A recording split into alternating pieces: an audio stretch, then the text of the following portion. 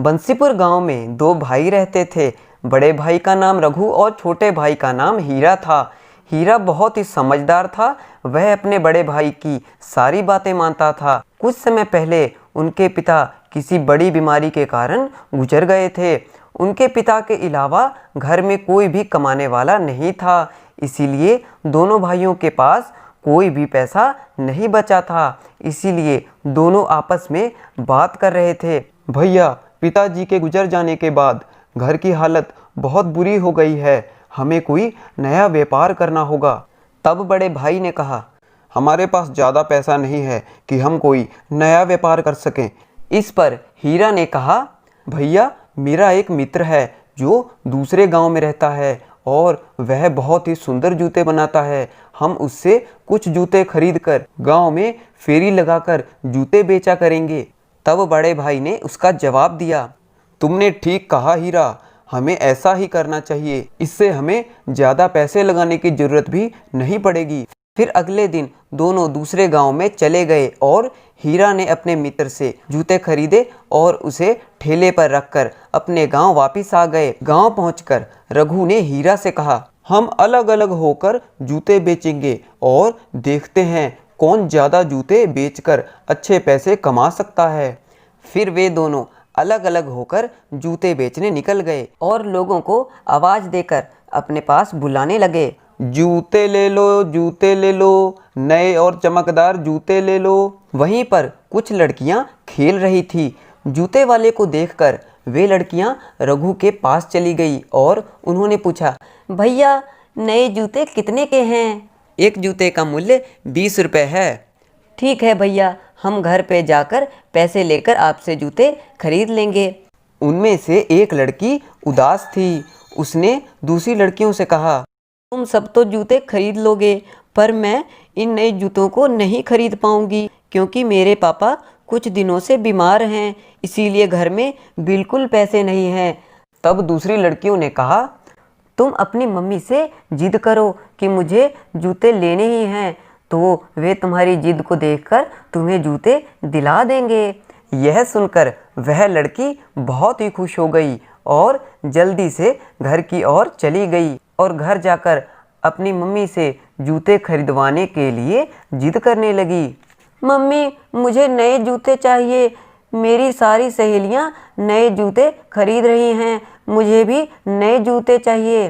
तब उसकी माँ ने कहा, तुम्हें तो पता ही है, तुम्हारे पिताजी बीमार हैं, घर के सारे पैसे ख़त्म हो चुके हैं, भोजन भी बहुत मुश्किल से जमा हो रहा है। पर उस लड़की ने अपनी माँ की एक ना सुनी और जिद करने लगी, नहीं माँ, मैं नए जूते लेकर रहूँगी, मुझे किसी भी तरह से नए जूते लेकर दो। तब उसकी माँ ने कहा, कैसे लेकर दूँ बेटी, घर में एक भी रुपया नहीं है। तब बेटी ने कहा, अरे माँ, हमारे पास एक सुंदर सा लोटा है जो हमें दादाजी ने दिया था, उसके बदले में हमें जूते मिल सकते हैं।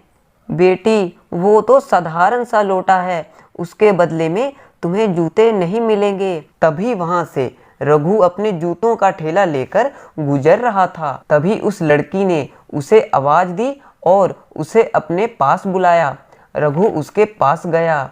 लड़की की माँ ने रघु से कहा, भाई साहब, क्या आप इस लोटे के बदले में मेरी बेटी को जूते दे सकते हो? तब रघु ने उस लोटे को हाथ में लिया और हाथ में लेते ही उसे पता चल गया, यह तो सोने का लोटा है। तब रघु ने उस लोटे को मुफ्त में पाने के लिए एक चाल सोची। तब उसने उस लोटे को वापस कर दिया और कहा, नहीं, मैं इस लोटे के बदले में तुम्हें कुछ भी नहीं दे सकता, यह तो बेकार है, इसका कोई भी मूल्य नहीं है। यह सुनकर माँ और बेटी दोनों उदास हो गए। कुछ ही देर में हीरा अपने जूते बेचने वहाँ से गुजर रहा था। तब लड़की ने दोबारा अपनी माँ को उस लोटे के बदले में जूते लेने को कहा। उसकी जिद को मानकर उसकी माँ ने हीरा को बुलाया और उसे लोटे के बदले में जूते देने को कहा। हीरा ने जब उस लोटे को हाथ में पकड़ा, उसी वक्त उसे पता चल गया कि यह तो खरा सोना है। तो हीरा ने कहा, यह तो सोने का लोटा है, यह तो बहुत ही कीमती है, इसके बदले में आप मेरे सारे जूते ले लो और कुछ पैसे भी ले लो। तब रघु ने उनको अपने सारे जूते और पैसे दे दिए और उनका धन्यवाद करके वहाँ से चला गया। जूते और पैसे लेकर माँ और बेटी बहुत ही खुश हो गए। कुछ ही देर बाद रघु वापस आया और बोला, अरे बहन, मुझे वो लोटा दे दो और उसके बदले में एक जोड़े जूते ले लो। मुझे पता है कि वह कीमती नहीं है, पर तुम्हारी बेटी की वजह से मैं तुम्हें जूते दे रहा हूँ।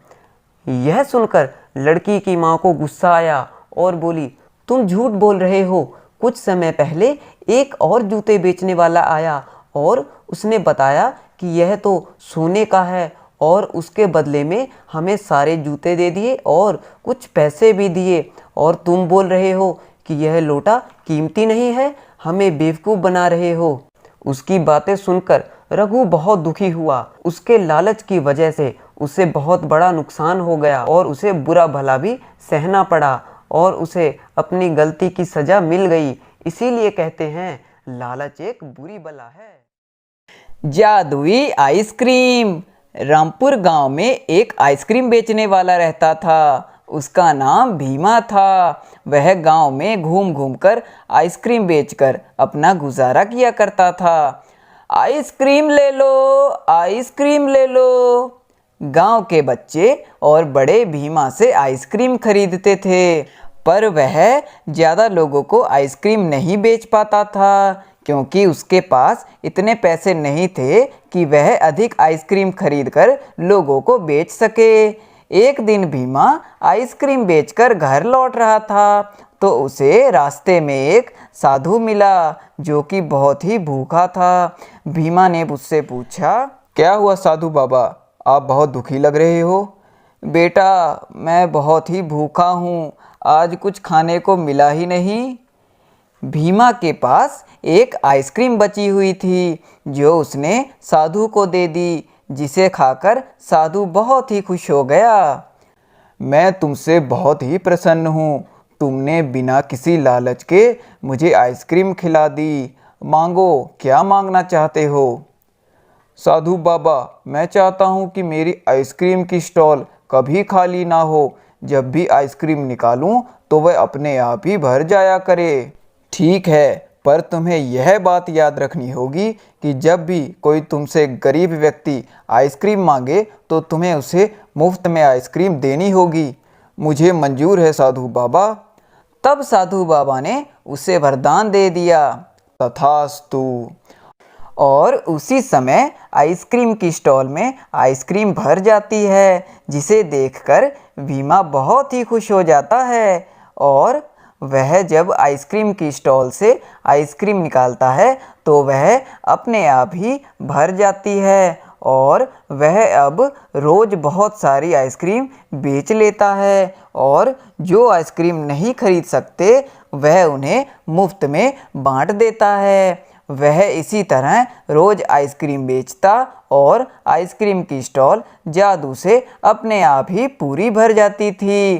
कुछ ही दिनों में वह बहुत धनवान हो गया। उसने अपना नया और बड़ा घर खरीद लिया। अधिक पैसे आने की वजह से वह बहुत ही घमंडी हो गया। अब वह किसी को भी आइसक्रीम मुफ्त में नहीं देता था। एक दिन उसके पास एक भिखारी आया। साहब, एक आइसक्रीम दे दो। चल हट भिखारी, कहीं और जाकर भीख मांग, चला जा यहाँ से। इस तरह भीमा किसी भी गरीब को मुफ्त में आइसक्रीम नहीं दे रहा था।